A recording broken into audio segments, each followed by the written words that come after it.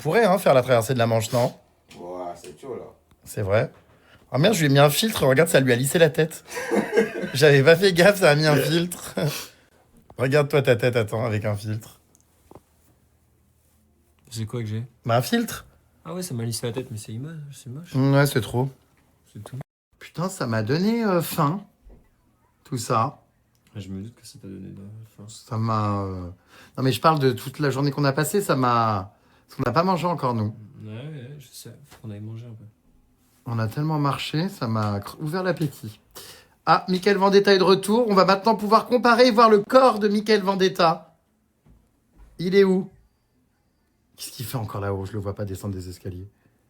Bon, je crois qu'il fait caca. Alors, quelle est la plage d'arrivée pour venir le féliciter?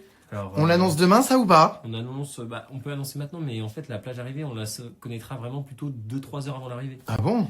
On peut vous donner une idée de la région. C'est entre Cap Griné, Cap Blanc-Nez, peut-être les plages de 800 si on a de la chance et c'est ce qu'on veut. 800. Maintenant, avec la dérive, C'est beau 800 les plages? ouais, techniquement, le chemin le plus court pour la traversée de la Manche, c'est d'arriver à la pointe du Cap Griné. Donc, c'est ce que les pilotes de bateaux visent normalement. Mais moi, ce que je voudrais, c'est viser 800 qui est un peu à côté pour faire une belle plage d'arrivée où justement les gens peuvent venir et tout. Parce que Cap Griné, c'est moins accueillant. D'accord. Voilà. Ah, Mais il y a une on belle verra, on plage. le saura 3 heures avant, on vous dira. Est-ce que tu as une bombe anti-requin? C'est la seule chose qui les fait fuir. Les plongeurs qui plongent dans les eaux infestées de requins en ont tous. C'est à base d'acétaté de cuivre. Non, j'ai pas de moment anti-requin, mais moi, le requin qui se ramène, frérot, j'ai mis un pied dans le nez là, pas. Les gens parlent beaucoup de requins, mais je pense que c'est à tous Mais notre non. frayeur. C'est une frayeur, mais ça va pas arriver. Je vous le dis, ça va pas arriver. Il y a quand même très peu de requins dans la Manche. S'il y en a, c'est pas des requins méchants. Bon, là, on en a repêché un, mais c'est une situation exceptionnelle. Et la vérité, pour avoir nagé plein de fois, quand tu croises des poissons, c'est eux qui ont peur de toi.